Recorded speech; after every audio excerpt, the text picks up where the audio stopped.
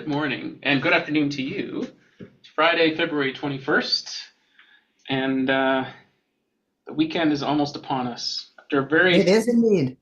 couple of stressful weeks, I'm ready to rest. Um, how are you doing? What's your? I'm doing excellently. Are you? Yep. Uh, I released my triple design matrix book, and it was the a book. It was actually three books that were transcripts of seminars that I did with Ra, mhm. and transcribed them and edited them and put them three of them into one volume. And it was a bestseller on Amazon in three different categories. And it was a hot new release, number one in three categories. So that's exciting. I think it's my seventh bestseller. Cool. What are the categories? Like, would it be under? Um, It was psychological. I think I could tell you if I can find where I got the information. Um, let's see. The categories were hmm,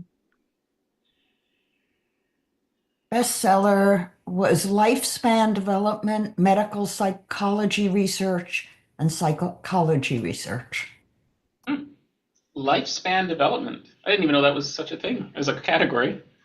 Funny though, because let's go down that path for a second. Because I actually think last week I made the comment that I want to live to 150, maybe 300, and you answered kind of like the same or something to that effect.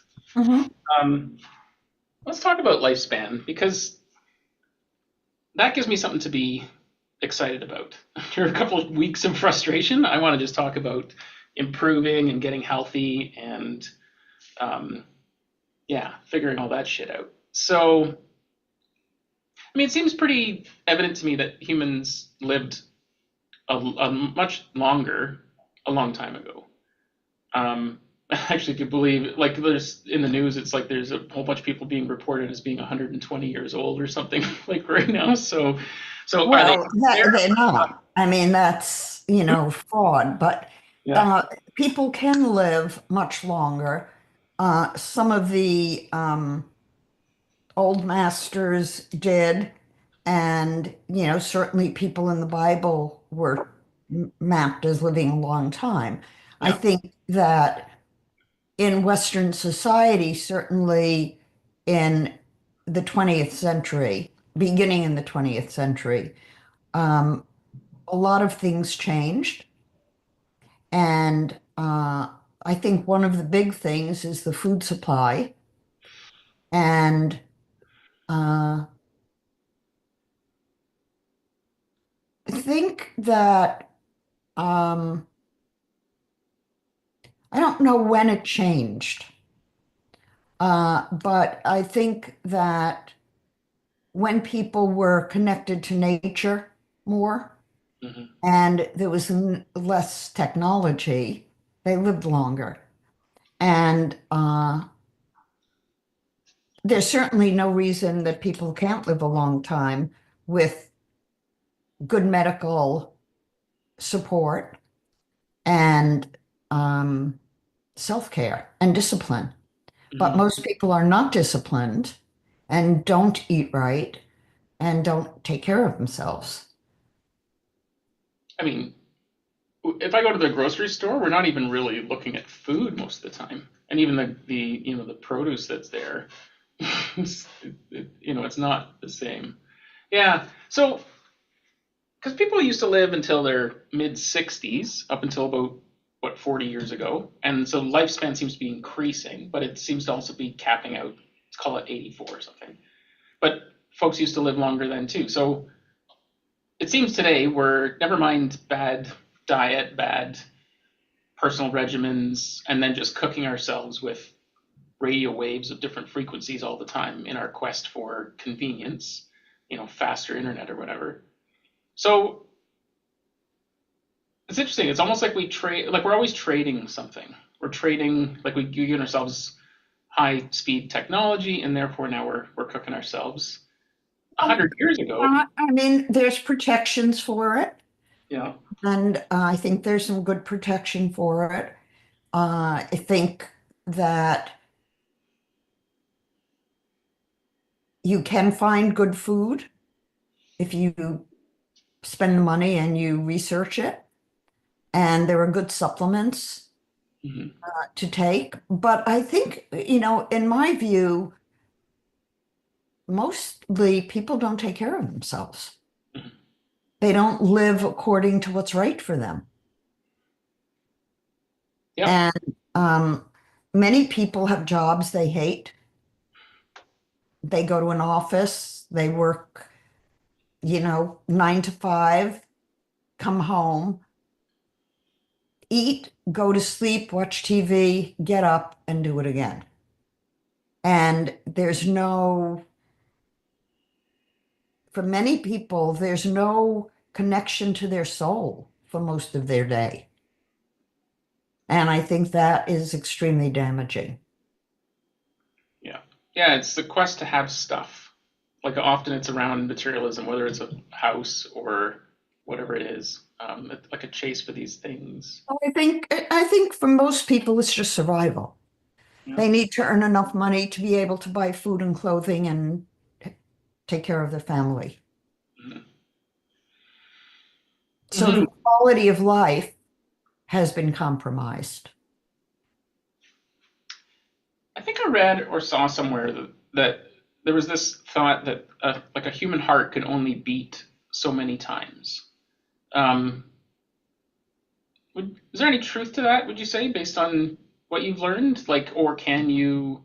Could someone live to 150 or 300 by? I think if you're living in alignment and you're eating in alignment and you are taking care of yourself, I think you can live a long time. Even if you started We at plan to. even if you started at 50, like have I paid a tax or a toll by not living well, or at here I'm at 53. I feel like I'm in the best shape of my life, best like I'm getting my ass kicked still by old Sean's decisions right now, but I'm like I can feel I'm coming out on the other side of it. So there's lots of optimism in my head and my body about course correction. Um, yeah, I don't know if I'm asking a question or just pondering where I'm at right now. I'm just kind of like baselining, but yeah, fascinating. Okay, maybe we'll try a new topic here. I want to talk today about the 5720 if we could. And it's the reason I say that is I've had a really interesting conversation with someone this week. And I'm always talking about pickleball and drums and where I feel like I'm on sometimes, and then other times I'm just completely average. And it's frustrating to me because I'm the only person that knows that there's two versions of me on the court, right? Like they either know me, Right? and I can jump in and out of focus so quickly that I'm not. It's like I can't quite grasp what being in the body means. It it's, I've been slowing my breathing down. I've actually gotten to the point where maybe if I say this out loud, I'll answer it to myself. But the other day, I was playing and I really started to relax. And I was actually consciously thinking about breathing to the point where, like, as I was hitting the ball, it was like as it was coming towards me, I was breathing in. And then as I hit it, I was breathing out. And the intention was just at least I'm breathing. Give myself like a to do. And time slowed right down. Like I could feel like everything was moving at half speed. I was completely still. I could see them coming at me, but they were like coming at me like they were in slow motion. Like literally they were like in this big arm swing. And I was just completely calm. And then I would just feel my hand go up and go bink. And it would go exactly where there was nobody had any chance. And then to see their faces, like they're confused by like my reaction time. So I've seen other people witness my body do things that I can't seem to replicate all the time, and it's making me crazy. So, I mean, is the trick just focusing on the breath? Is there something else that I'm missing? Because there's something in the moment where it's there and it's gone, and I can't put my finger on it. And yeah, it's making me a little. Maybe you're not supposed to put your finger on it. Yeah, I thought you'd say that. Yeah, You need to be, you know, yeah. and trying to mentalize it is not being. Hmm. Have you, have you seen the movie The Matrix? Yes. Yeah. There's a scene in it where Neo is learning how to do kung fu. He's fighting with Morpheus, and he says like, "Stop trying to hit me and just hit me," right? And to show him his power. Right. And that's kind of like the moment that I'm feeling. Like it's like, yeah, there is this block, and it is the thinking thing. I don't know. It's just so frustrating because I can see it, I can taste it, I can smell it, I can experience it, and I haven't been able to be consistent with it. Can you be consistent on the pickleball court? Well, that's where I'm struggling lately. Is that it just comes and goes. I don't know if it's distractions from those around me. It could very well be the configuration of the people because you do pick up energy. Mhm. And if somebody's energy is off or blocking, you it could be blocked. Yeah. I think Well, you're overthinking things. I am, but as you say that, I think that's exactly what I'm experiencing is still others' energy. It doesn't sit with me as long. Like the energy hangover of these people around me is short, but it is impactful.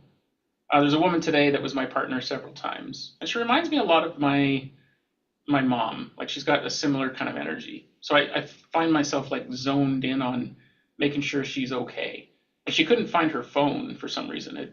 And so all she could talk about was where's my phone, where's my phone, and I found myself like where's her phone. Like it was just like it became this, I'm trying to think You about. find it? Yeah, and it was right where she left it after about 20 minutes of carry on. um, but yeah, I was influenced by her energy, and I just couldn't. Like I've been working on trying to create like an energetic bubble around myself, like to keep this noise away, but it just keeps. You're not going to do it if you notice. Hmm. You have to, in order to put a bubble around yourself, you have to be inside. You can't be outside with a bubble around you Hmm. unless you're really skilled. Hmm. Yeah, interesting. This is a conversation we've had before where it's I used to be afraid of hurting people when I hit the ball, and that has since stopped. That was kind of like phase one was I know I can hit with accuracy and I'm not trying to actually hurt anyone. I am just trying to put the ball away. Um, so I don't find that that's the current distraction anymore. But there's an energy leak. I observe everything around me all the time. I had a really interesting conversation with Topher a couple weeks ago, and he was talking about how he would notice people looking at him, and he felt that they were staring at him. And my comment was, I'm always looking to see if people might be watching me. Like I want to know that they are, and it's a huge distraction. It doesn't benefit me, but it's an awareness I have of just, you know, needing to be observed, feeling Noticed? Yeah, yeah. I mean, that comes with all sorts of old stuff. So I think that it's just being aware of that. But yeah, on my best days, I am quite literally in my own lane. Not, if I go for a walk with my dogs, I would be making sure I smiled at everyone, let them know that they were seen, to greet them. I could say after a lifetime of going on walks, maybe 20% of people do the same thing back. Most are just so doing what they're doing that it's like I didn't exist. And it's interesting that, Why don't you just go on your walk with your dogs as a bubble? yeah, yeah, hmm, I always, when we walk the dog, well, Sam will pull if he sees another dog. So when we walk the dogs, usually I'm really happy to not see another soul. And hmm, that's pretty easy in our neighborhood. hmm, So usually when we're out walking, we don't see anybody. hmm, hmm. It's pretty nice to not see anybody and not have any disturbance. It is. In this neighborhood, everybody says hello to everyone. Hmm. And even if they're in the car, they wave. Yeah, not in this neighborhood. In my neighborhood growing up, they did, and that was something ever since I moved here, it was just always seemed clicky and just never felt like I fit in. But Well, maybe you don't. yeah, You have to feel at home where you live. hmm, yeah, yeah, it's come up a lot this week for sure. Um,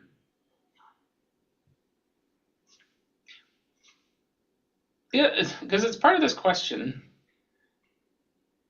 I think you were talking about the 3955, and there was speculation it was related to autism. And I think in class you were saying like you haven't actually seen evidence of that necessarily. Right. But it did pique my interest. I have the 55, um, and I mean, I was never diagnosed with anything because I never took any tests. But last year I did some sort of self-diagnosis tests, and I was kind of off the charts with all these things. Um, how would you describe autism? Because I don't even think I understand what the clinical definition of that would be. There's a long history of autism. When I was at University of Chicago, the expert in autism was Bruno Bettelheim, and he had an orthogenic school, and it was very hard. It is very hard to treat autism. Um, I haven't done any research on it or studied it at all in recent years. I do know that generally, autistic kids seem to have issues with being touched and with verbalizations. And the field began to change with, what was her name? Um, Her name's escaping me. The lady who did all of the cattle studies and uh, wrote books about autism. And the children with autism cannot tolerate any frustration. Often they don't, they're sound sensitive and touch sensitive, but it's pathological.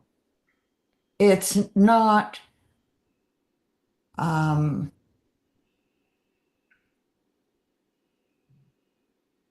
you can't deal with them as a normal child. Mm-hmm. They're not.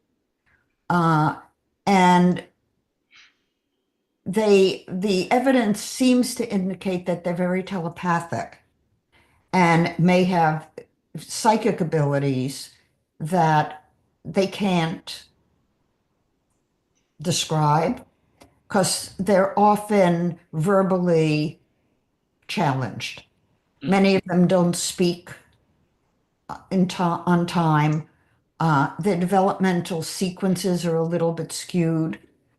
And if you were relating to an autistic child, you'd know it. Mm-hmm. Um, it's a big challenge, huge challenge. They have tantrums at the least little thing, and when they do, it's off the charts. Mm-hmm. It's not just a 2-year-old having a tantrum. It's a physiologic tantrum Mm-hmm. along with the emotional. So it's really a spectrum of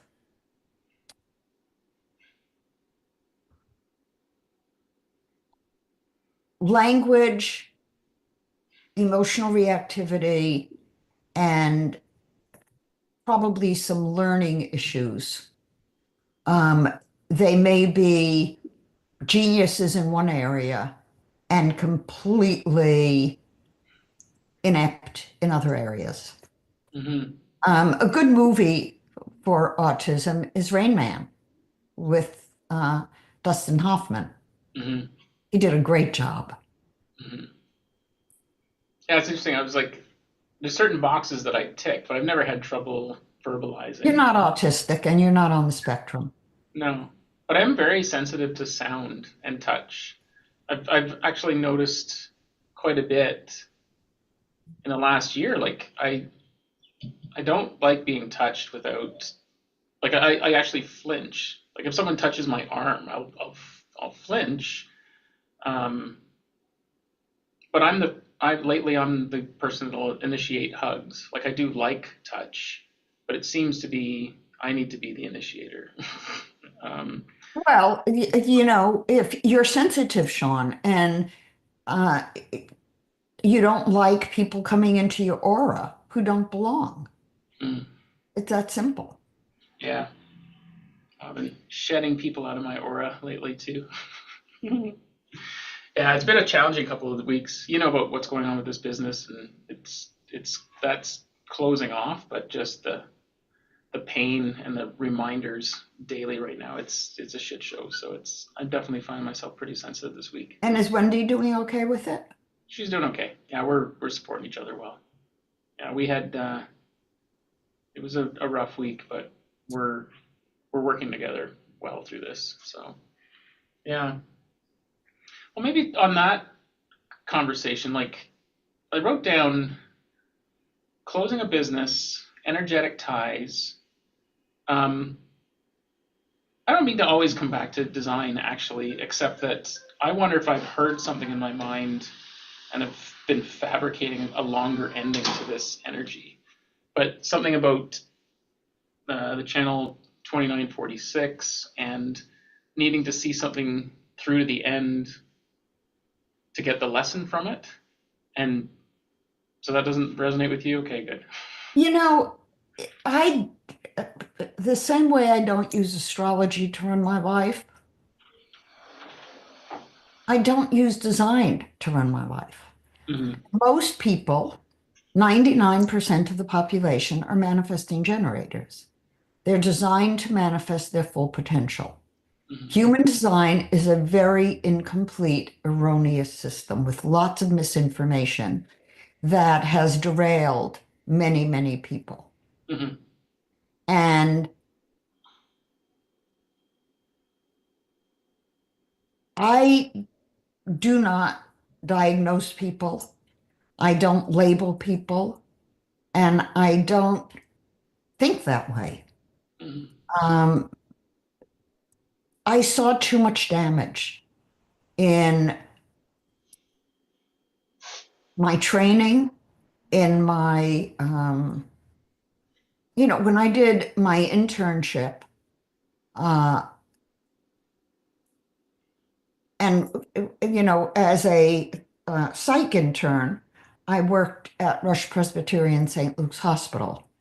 And part of the um, rotation was to be on the locked wards where you see really crazy people. I mean, autism is a form of schizophrenia, but a real schizophrenic is a sight to behold. Mm-hmm. A catatonic person, or, I had experiences in locked, we'd sit in a little cubicle with a client and I've been attacked. If it was a really crazy person, they'd have somebody stationed outside the room who could see in Mm, and protect you if your patient went to attack you. mm, Um, and it could be the least little thing.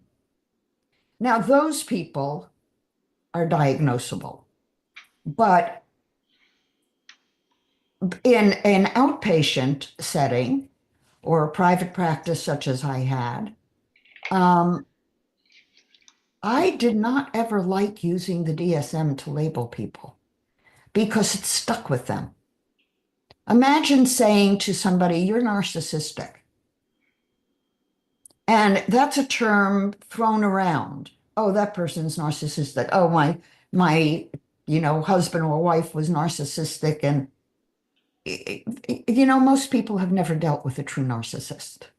mm, And narcissists are very competent, very competent, mhm, and they're invested in being competent.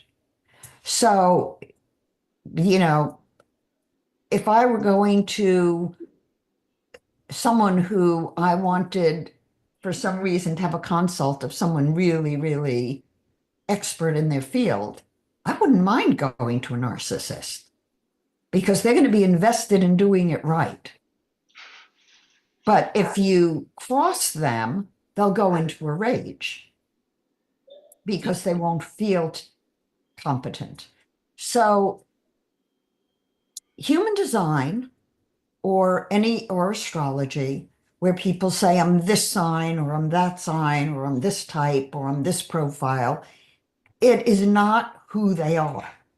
mhm, And to put that out and want people to think of you that way is completely undermining of the complexity of the soul and the complexity of our consciousness.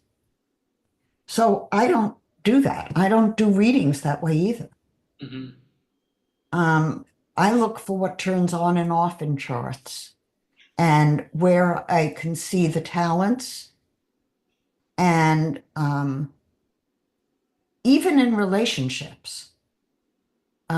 I remember when Ra read Marvin and my chart, and he said, I don't see how the two of you can survive as a couple because even with your composite chart, you don't have a defined self center.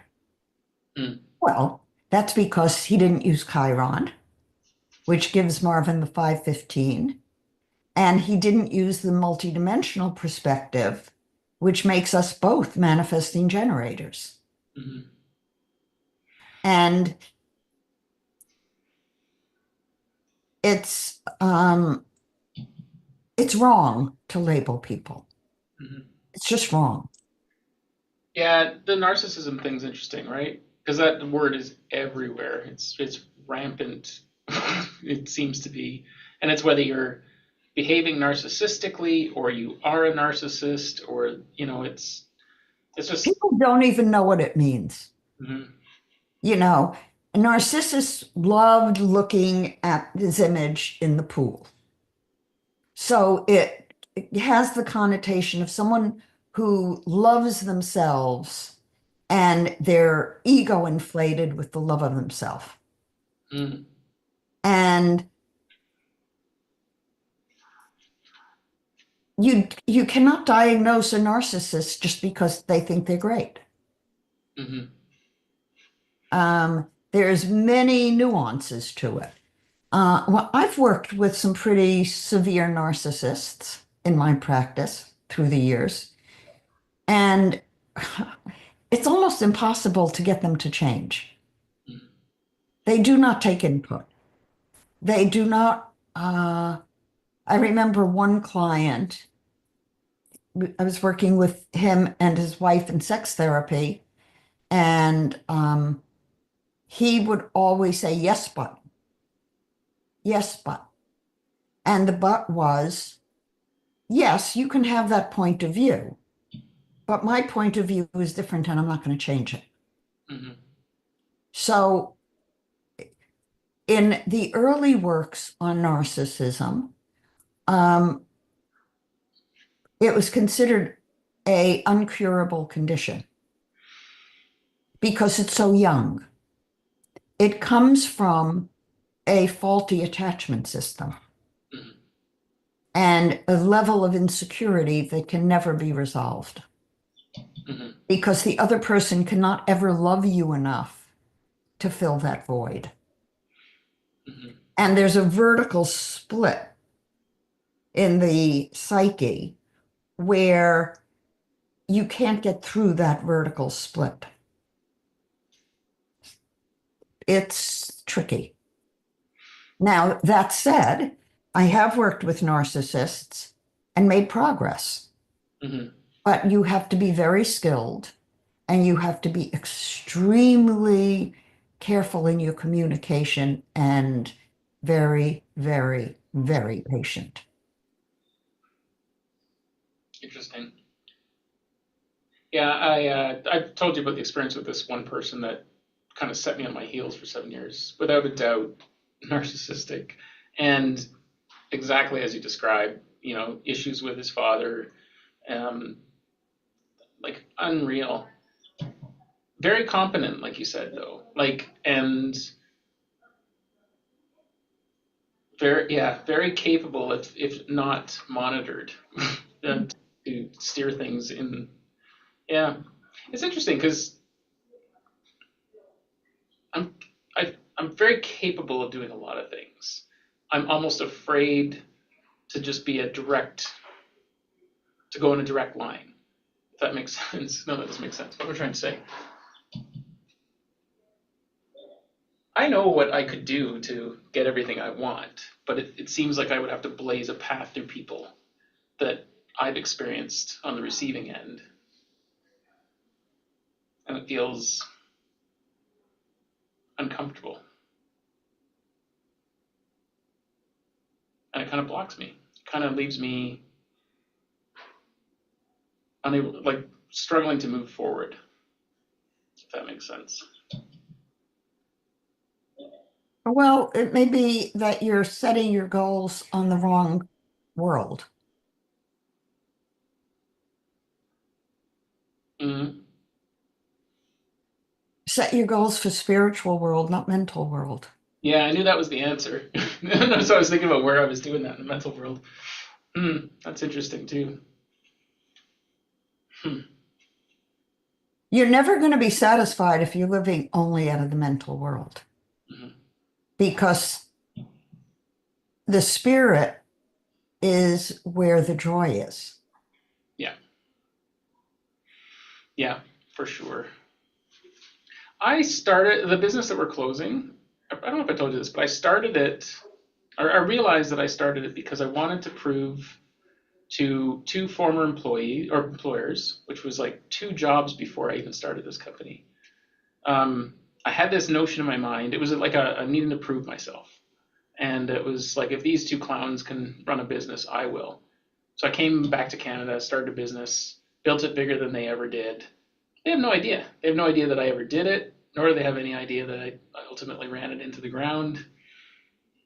It was so aggravating to realize that was what was motivating me. That was not spirit. Well, if trying to prove yourself, there's some spirit with that, right? Like, how did I have that wrong? Where did Because the first motivation we have is the need to achieve mm, and to feel competent. And so it was more proving your competence to yourself.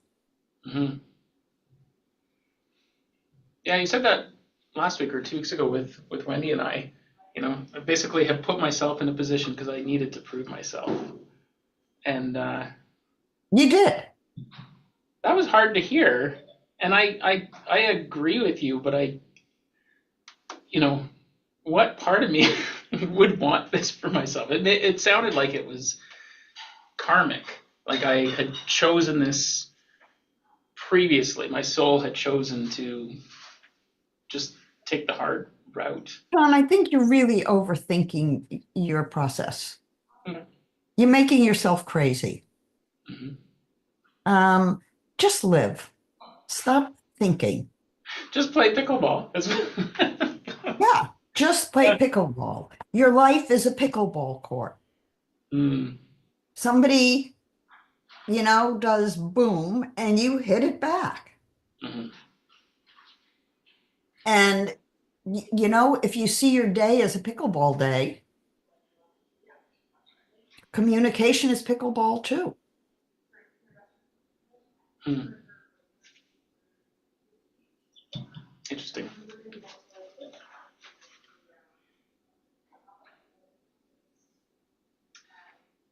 Have you done any drumming circles? No, no. Why don't you do a drumming circle in at Funky Tech?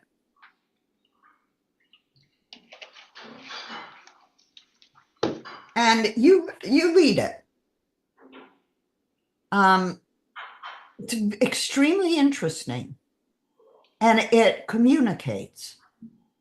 So you're a drummer. Use the drumming to communicate. Hmm. In many cultures, they do drumming as a way, it's like a language. One person will drum and another person, and it becomes like a musical symphony Mm. of collective communication. And that would be something that you might find as compelling as pickleball. Yeah, I have a hard time imagining that, but I will. You've mentioned that before. Mm. Even, yeah. Mm. I'm definitely in my head this week. What? I'm definitely in my head this week. I can feel it. I can sense it. I can hear it. Um, hmm. Interesting. Um, I want to tell you about these headphones I bought.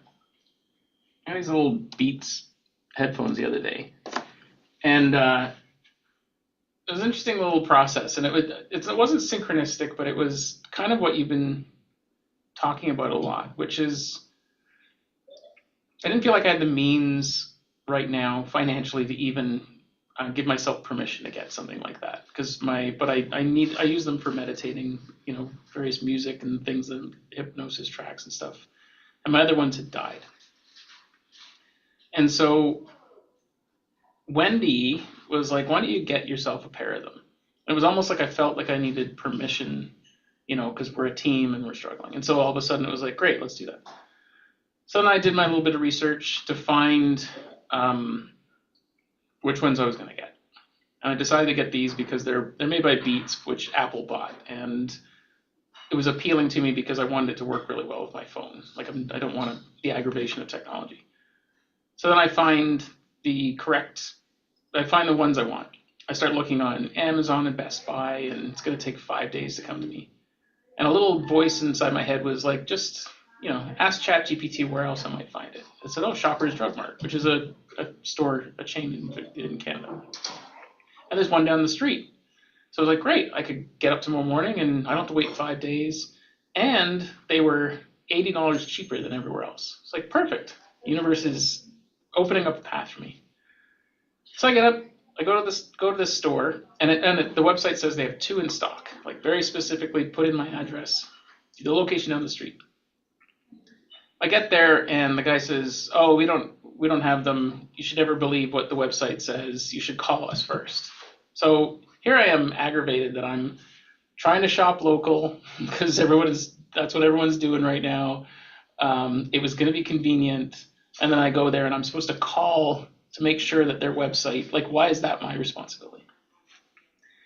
And in the moment, I wanted to just go like, screw this, So I found myself taking a screenshot of the website, like I just felt myself like I was gonna have to verbalize this to someone. I need to complain to somebody.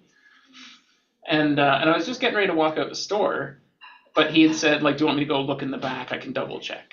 And I said, sure. But really in my mind, I was like, fuck this. I'm out of here. Like, I'm just so. And he came He back. found it, He found it. of And course. it was like, What did you learn?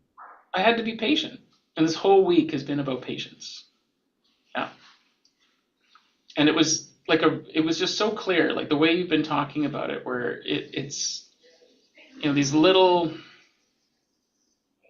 yeah, something took care of me that day. I found what I wanted quicker than I got it or could have gotten it any other way, $80 cheaper. And I just about blew it by just, walking out of the store going, yet another frustration, right?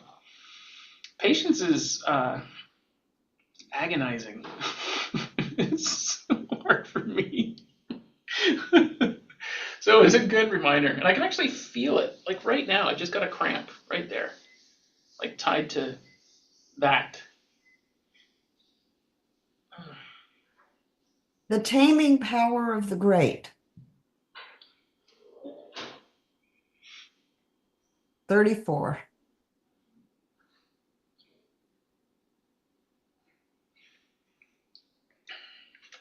So it's all about, what does that mean, the taming power of the great?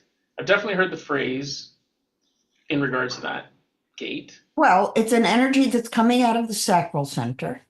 Mhm. And we know from the tree of life that spirit resides in the sacral center, and then the energy rises up.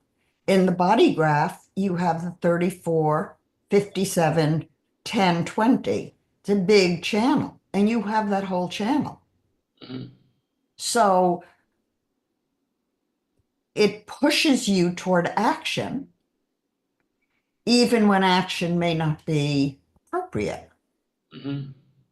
So learning patience, learning to wait, learning to check that the sacral response is aligned Mhm.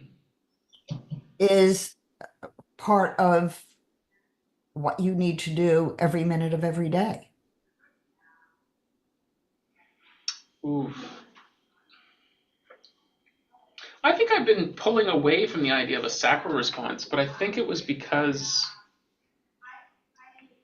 I took it so literally from the human design side of things, right? The whole only trusting that as a response. So then I learned to not. Well, I've seen it destroy people's lives. Mhm. I've seen, especially early on in design, when some people who were told they were a sacral being would go uh-huh or uh-uh. And if it was an uh-uh, meaning a no, they would irresponsibly leave the field. And we don't live our lives in all or nothing. Mhm. You may get a this isn't right for me, but you have to consider whether you can leave the field or not. Your business is an example of that. You knew on a gut level you didn't want to be there, but the timing to get out wasn't responsible. And we're balancing. That's why it's so important to know the worlds. Mhm. Yeah, it's the real challenge I think lately is distinguishing between a spiritual decision, which is waiting a week, a sacral or gut kind of decision in the moment, and then like where the rest sits. As you were talking, I could feel that cramp release though. There was some sort of like my body got it. I felt like my body finally understood patience, baby. Mm. Interesting.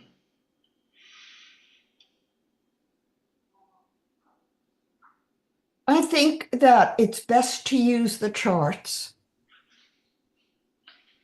as a roadmap, like you would use a map to navigate. Mhm. Let's say your home and you need to go somewhere, and where are you going? You don't know how to get there. And you put your GPS on your phone or in your car, and you start out following the directions. And then there's traffic, or you don't like the street, and you make a turn. Mhm. And then the navigation catches up with you and it reroutes you. You are in charge Mhm. on a spiritual level. Just because it's yes doesn't mean it tells you what route to take. Mhm. And it doesn't tell you how to be with the people in your energy field. Mhm. That's for you to decide. Mhm. It's interesting reframing too, even just calling it a roadmap. I used to think of design as more like the owner's manual in the glove compartment of the car, right? My windshield wipers are acting up. Go open the book. Oh, right. So it's just interesting to hear it reframed like that. No, it's a roadmap. I called it a roadmap from the beginning. Mm. Um, it shows you only predisposition. But what people are forgetting is that every human being has multiple energetic matrices, and none of us are broken. Mhm. And if let's say we're living in a 64 gate matrix,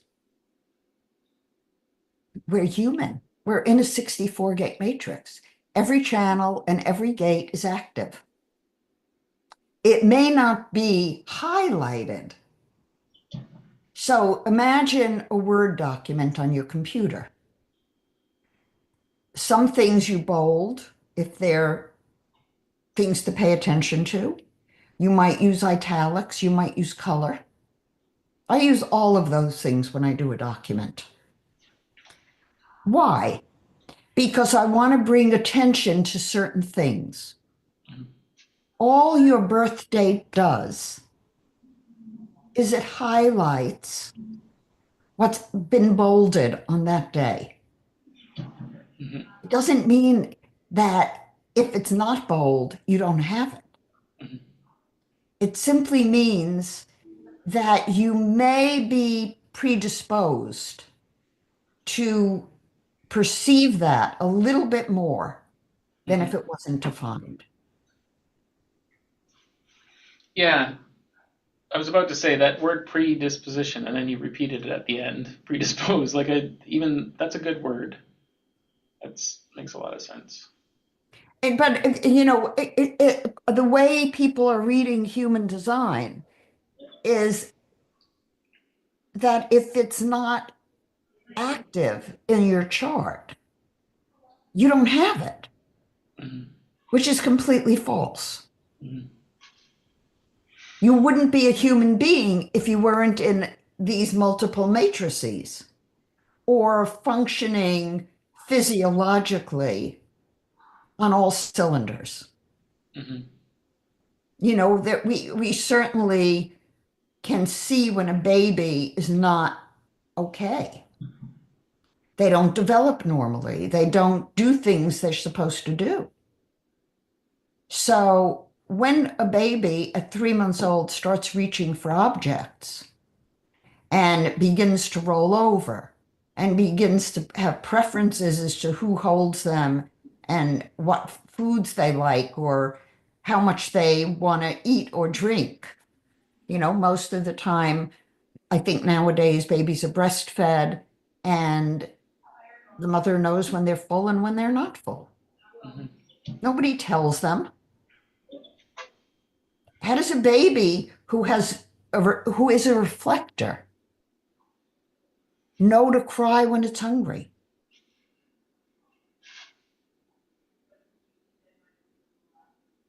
Or get angry when something doesn't happen that it wants. Mhm. I mean, I know with my kids, um, my daughter would have, um, she'd hold her breath. And I remember my mother visiting and say, "How can you let her do that?" And I said, "Well, if she holds her breath long enough, she'll pass out and start breathing."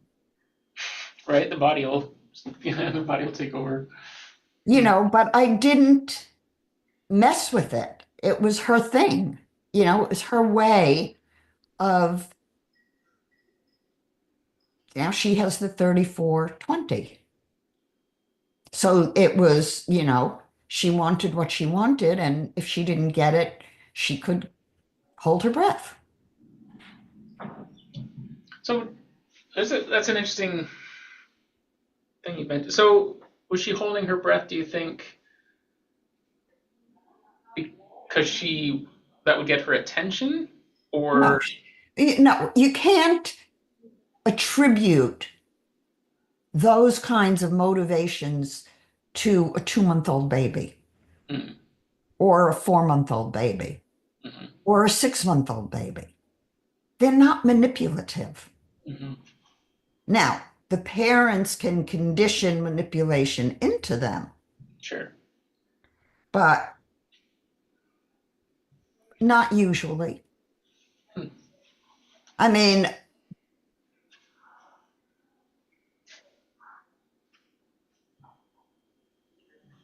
most of personality is genetically based. It's not environmentally based. Hmm. Um, you have 2 kids. Didn't you know who they were when they were born? Yes. They seem very different now, though.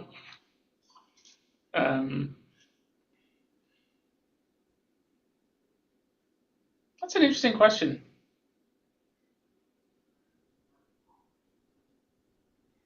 I have to think about that one, actually. Hmm. I certainly knew within a couple of days who my kids were. Mhm. And same thing with my grandkids. Um, and each one is very unique, and honoring who they are is empowering to them. And not responding on that level of soul would disempower them. Mhm. And in the culture and in human design, we're encouraging people to live only in the mental world. How stupid is that? Mhm. Yeah. Yeah, I know through our conversations that it did quite a number on me for a while, and I'm still kind of piecing it back together. It's frustrating. Which conversation? No, just through our conversations, like I feel like I'm deconditioning from human design, right? I got locked into certain. It was False beliefs. yeah, or black. They were literally black and white. Like it's like this, and so just still coming coming to terms with a lot still. Well, if we look at a human design chart, there are projector channels, there are reflector channels, there are manifesting channels. They're all there. There's reflector channels. How could there be? Because that would light up centers, right? And they wouldn't be a reflector anymore. It would be empty. The reflector channels are empty. Oh, I see. So they're not defined. They're It's not defined, they're just there. They're all reflector channels. right, right, right. And when we sleep and move into a 15 gate matrix, right, our 25 gate matrix doesn't stop functioning. Hmm. So there's a very complex,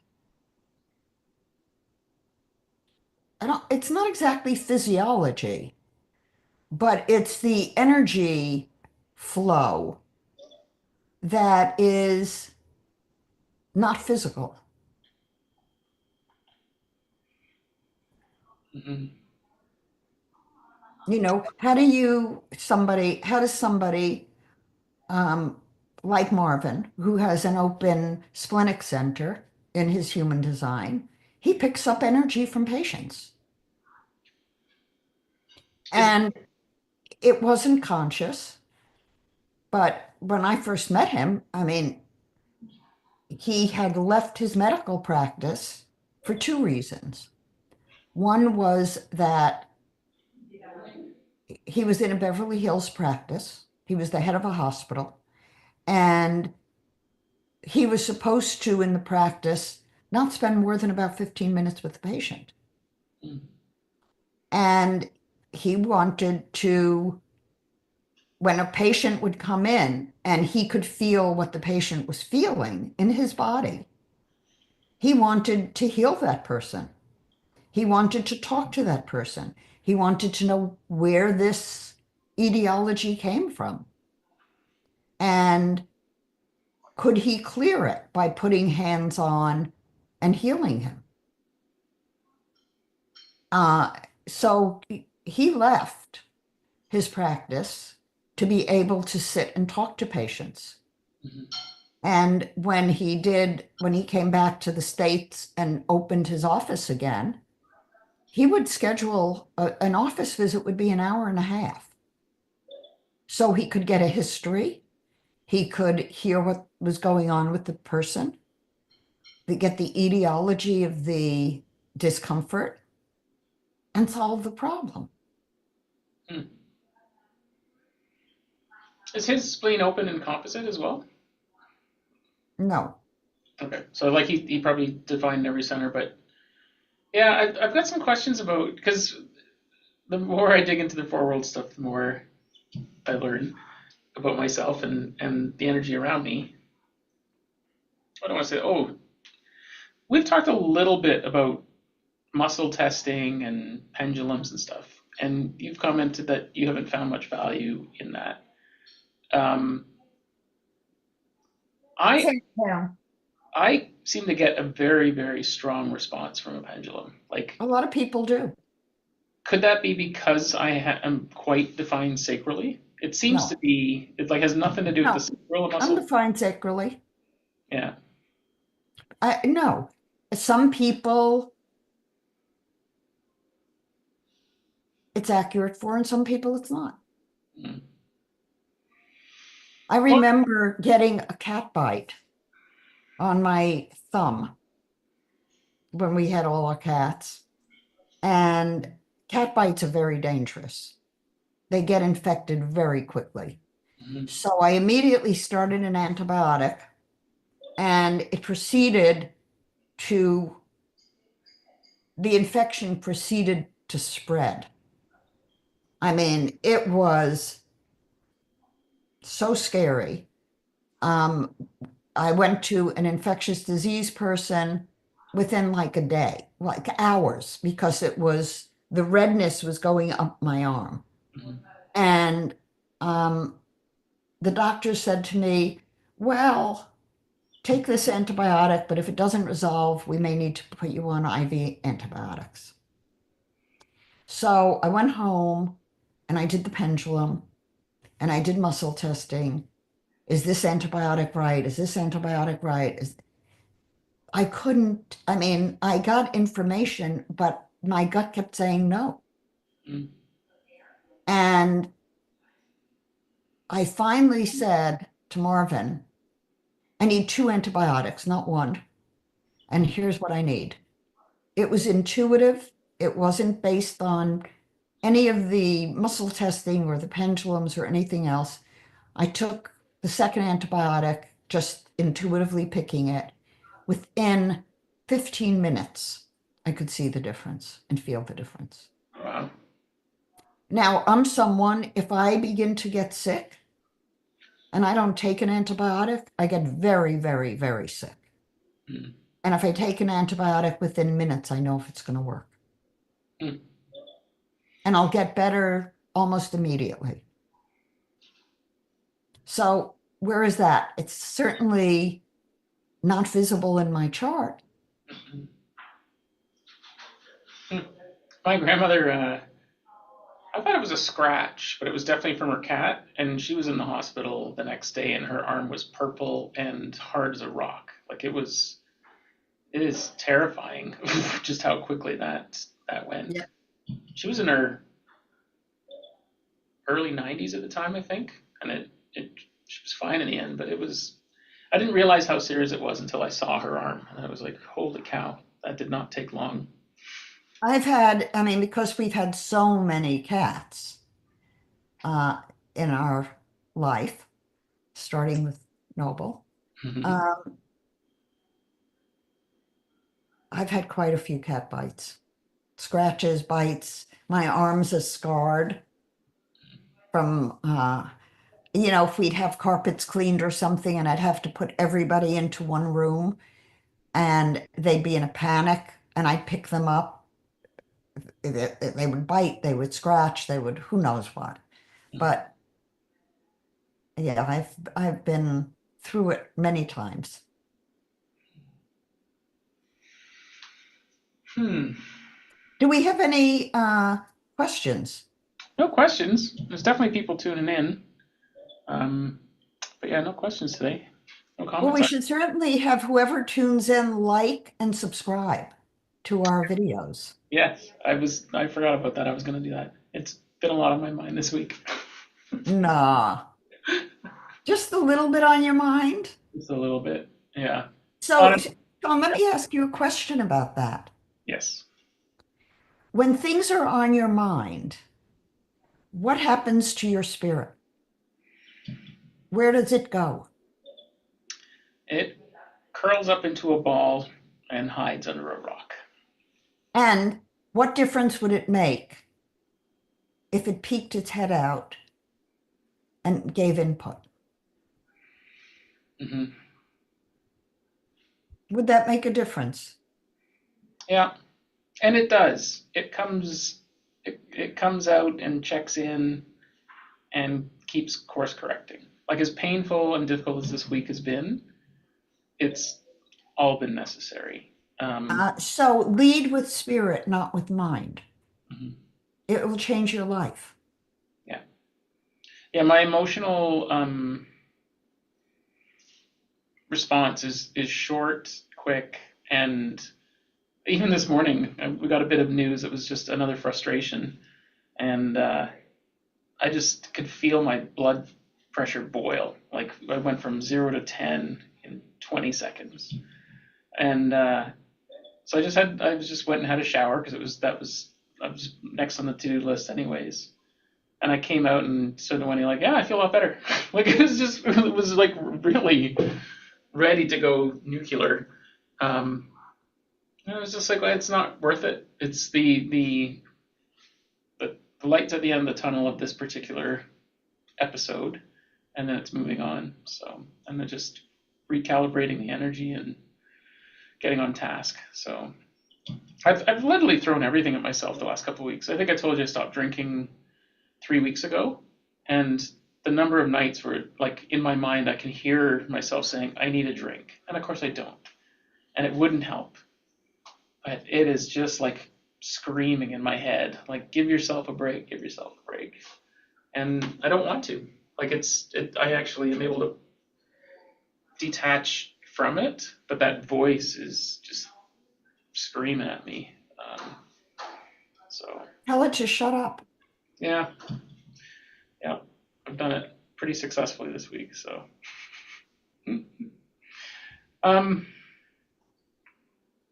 yeah, I wrote that. So I'm going to come back to my first question here for a second because I'm not quite ready to let this go about breathing and slowing down time.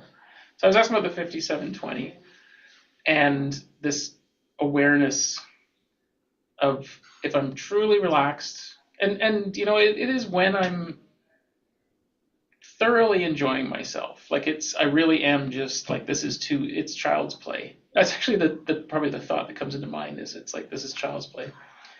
It makes me think of a movie that came out about 15 years ago. It's called Wanted, and it was about this sort of special group of people that were like assassins, but the whole premise was about how they could slow down their heartbeat and slow down their breathing. And so in one scene, they've recruited this kid that's a kid of another person that had exceptional abilities or something, and they get him. He's just like he's wired in all these meds because he's just anxious all the time, but they can see in him this potential. And they get him to slow down his breathing to the point where he shot the wings off a fly. Now, I realize it's a movie, but it's that level of just like this focus comes, and it really, time seems to slow down, and it's cool. but so I think partly it's like recognizing that it is happening. I'm not imagining this happening, but yeah, is that it's the spleen straight to the throat.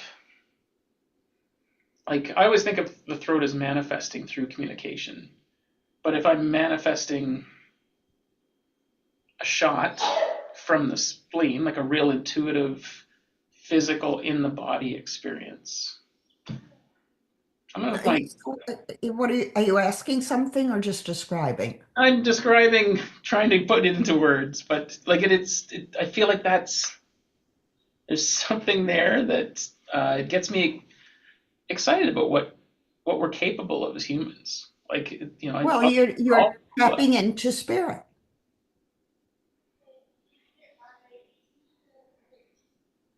And spirit is not gates and channels. mm-hmm, You know, what we impose upon ourselves is artificial.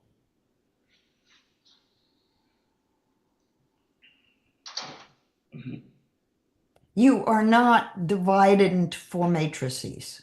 mm-hmm, You're not divided into gates and channels. You're an energetic being, and the energy flows. And I think it's a little artificial to consider a body graph and to consider that we're designed that way.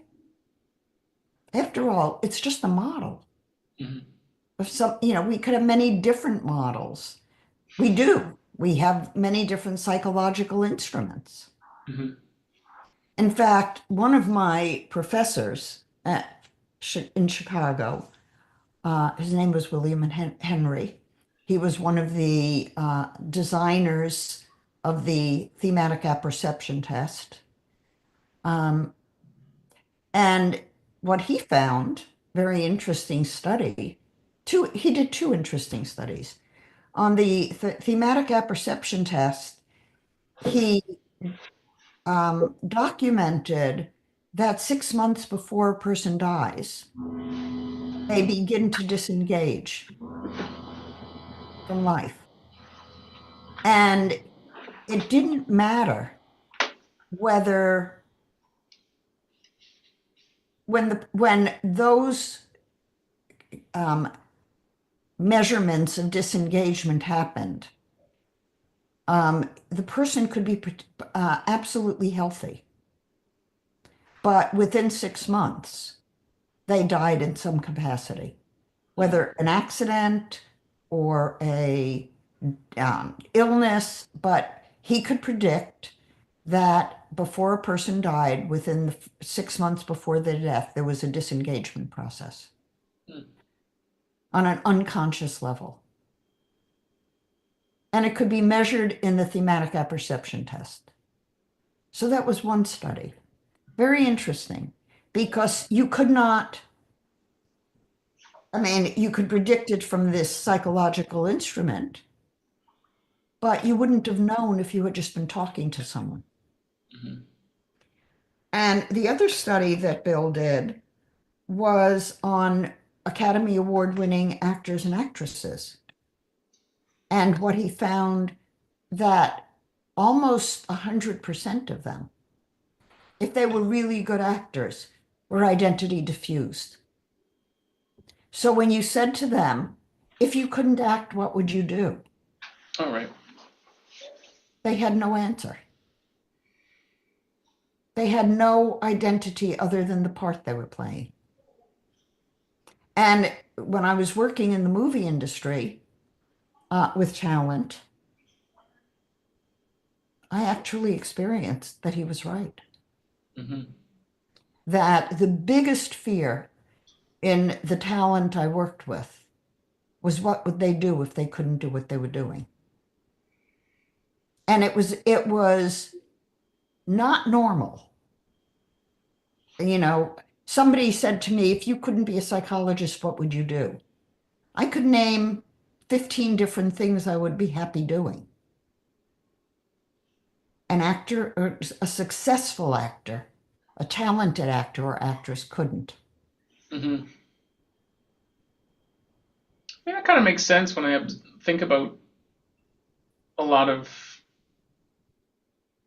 like someone that is on a popular sitcom or something for 8 years. It's all this focused attention, and then one day it's just over, right? And what do you do now? And it seems like with actors, it's like, am I still relevant? Am I, what's the next thing? I'm aging. What parts will exist? Like Yeah, that. those are the mental world questions. But Mm-hmm. the real question is, do they have a core sense of self Mm-hmm. that is spiritually experienced in a way that they can bring it with them? And they can't. Mm-hmm. If I don't play this role, what am I going to do in my life?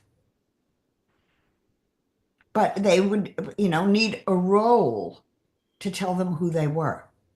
Mm-hmm. It's a developmental stage, 18 to 20, when the kids go to college or, late teenage years is when they get their identity. Mm-hmm. I'm observing it with our granddaughter who opted to go away to school, and she wanted to be in a northern city, a big city with four seasons. So she picked Chicago. I haven't spoken to her in the last couple of days, but February can go down very minus in Chicago weather-wise. And I know she's been cold, but what I observe is how self-directed she is and how independent. She's thriving on her independence. Mm-hmm.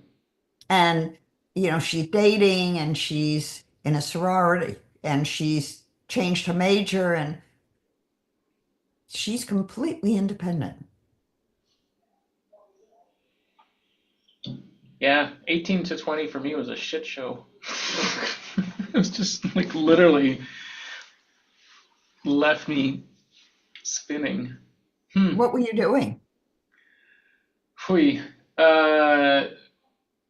Right around 18, I was working in a freezer warehouse, 9 p.m. to 9 a.m., saving all my money because I was going to go travel with a group called Up with People for a year, which was going to be this amazing experience. Um, and in the end, I did go, but it almost didn't happen because while I was doing this job that was like it cost, I raised $17,000 when I was 18 working the night shift in a frozen goods bakery to go do this trip. Um, but at the same time, this is where the big share comes that I don't have to share very often. My girlfriend at the time advised me that she was pregnant. Ooh. And to this day, I don't know if she actually was. Like, because of what happened next was this whole mess of, she told me that, but basically, I don't know this for sure, and I almost want to reach out to her to understand what actually happened, but I think she didn't want me to go and fabricated a scenario. And then my mother got involved, and I didn't what I wanted to do in that scenario was what I thought was the right thing. Like, I'm responsible for this. That was taken away from me. I wasn't actually involved in that decision. So it was very painful, and I felt very betrayed. Um, And then all of a sudden she wasn't pregnant. And then I went on this trip and I went and visited 14 countries and 120 cities and stayed in people's homes. And it was overwhelming. It was like an amazing experience, but it was tacked on the end of this trauma that I took with me.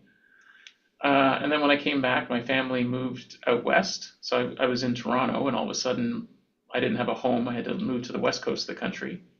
And in Toronto, I was a skilled, talented musician that could read music. I was a drummer who could read music and didn't do drugs. So I was like, I was gonna be busy. And then I moved to Victoria, where there's basically no music scene, and tried to make a go of it here. Worked in paint stores. Why didn't you move back to Toronto? Or why didn't you stay in Toronto? Uh, because well, partly it started as just being broke, but then once I was starting to get things figured out, I met my wife. I met Wendy, and I got offered a job on a cruise ship and ended up in the Bahamas. Like it was quite a bunch of interesting experiences, but all of a sudden I'm in the Bahamas on a cruise ship, going through bags of quarters, calling Wendy from a payphone, and then didn't have a good experience on the ship. Came home kind of dejected about music, uh, very frustrated, and my mother suggested I go get a real job. So I went and learned how to do computers, and I was exceptional at it. But I did it because someone told me that's what I should do. And so ever since I've not, music has been this distant, kind of unobtainable thing where I live. And then of course 40, 30 years went by too. So now it's just, yeah. But it threw me for a loop. And I sometimes I even wonder if my interest in music is just wanting a redo. Like, is this truly what I want? Because I find myself still not excited to practice. Still, just kind of like everything feels like an obstacle. So maybe you should ask yourself what you want to do when you grow up. Yeah, I think I'll be doing that this weekend. That's been right top of mind because I've got my SMART goals all wrist. I've got like all the paperwork ready to go, and I haven't been able to put pen to paper because I'm just not clear on what the goals that I have are. Everything's been shifting and moving, and I'm interested in so many things. So I've been taking heed of what you've been saying the last couple of weeks, which is really just to take some time for myself. But I've been like unable to with all the stress going on. One of the things that seems to be a recurring pattern is that the major decisions you made in your life were impacted by input from outside. Mhm.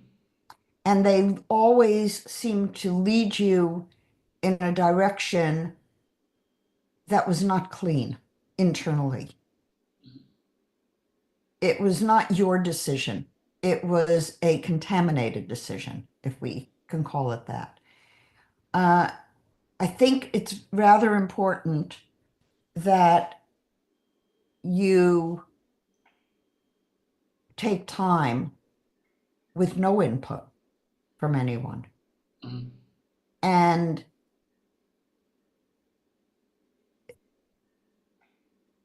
think about what's right for you. What do you love? Um, and given your freedom, what do you want to spend time doing? Mhm. Yeah, it's really good questions, and I've been asking myself that all week because I'm like, do I love drumming? Do I love pickleball, or am I just good at those things? Like it's. Well, it may not be, think about the world. Now, pickleball is physical. It may be something you need to do for your physical health. Mhm. Drumming, I don't know. What world is it in? Is it emotional where you just, are drumming to get rid of frustration and anxiety and emotional stuff? Is it spiritual in that you're communicating and expressing something with the drum? Or is it, pick a world. And then decide, is that where you want it to be? Hmm. The number of people over the years that said, "You're really lucky you play the drums. It must be great for you to be able to get your frustrations out." And my answer was always, "I don't do that." Like I've never sat down once and thought, "Oh, like it's never So what happened." is it? That's such a good question. That's why I'm like contemplating recently, like, is it just that I was always a drummer and so I believe that that's what I want to be? I'm starting to second guess that a bit lately, which is If frustrating. you're second guessing it, you don't want to be it. Yeah, possible. Yeah. Like if you were to ask me what I would want to do right now, I think the first answer would be have a nap. So I might have to do that afterwards. I think I need a nap. Um, I love building something new. It's just got to be new. It's got to be. And so I come up with very clever ways to help that manifest in my musical environment. But maybe it's not the music that's the key.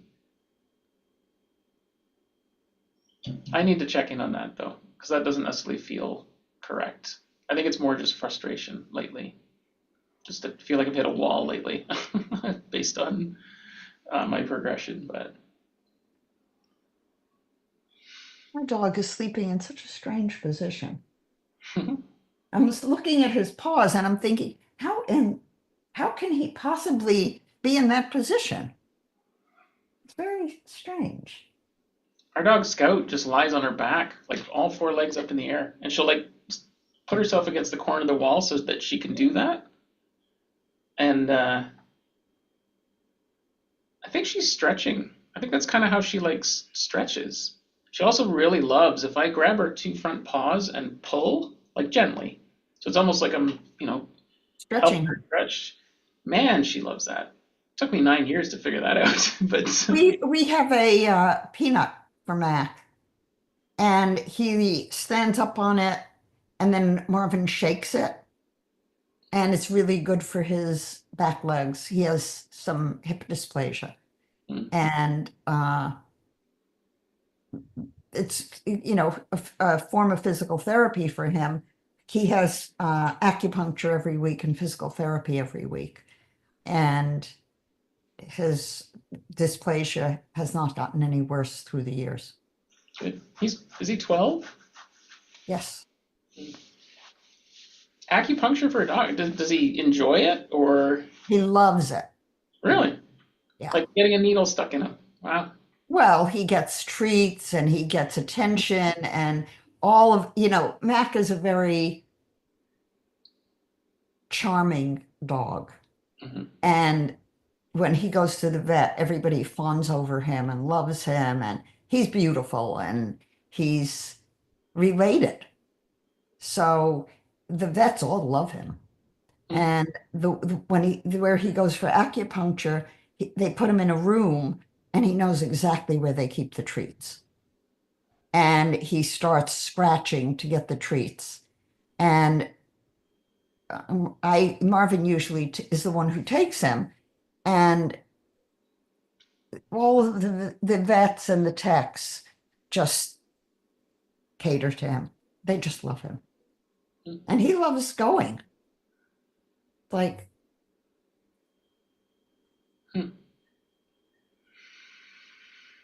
Hmm. hey, where do you want to go now, Sean? Well, we're almost at our typical hour and a half time frame. So you want to stop? I'm pretty tired. Yeah, Maybe you should go nap. I think I might. I think I will. I've earned it this week. It's Good. it's it's been so challenging, and the emotions are short. And I one thing that's changed is it's now been okay to vent like to Wendy, but it's not at her. It's been such an interesting thing all week where we're both able to be frustrated, knowing that it's not directed at the other person, but just let the person let it out, right? Good. And I think part of it is because a couple of the people that work for us have not handled themselves with, like, it just hasn't been kind or with integrity. And, feeling like I just need to vent about this person. It wasn't safe to do that before somehow. And now it's safe. Because I'm not going to do anything with the vent. I just needed to, release. So, Get the frustration out. yeah. So it's been very, very powerful this week. Very helpful. Yeah. Cool. Well, why don't we, Any comments that we need to respond to? no. Okay, good. People tuning in, but yeah, no, very quiet today. So,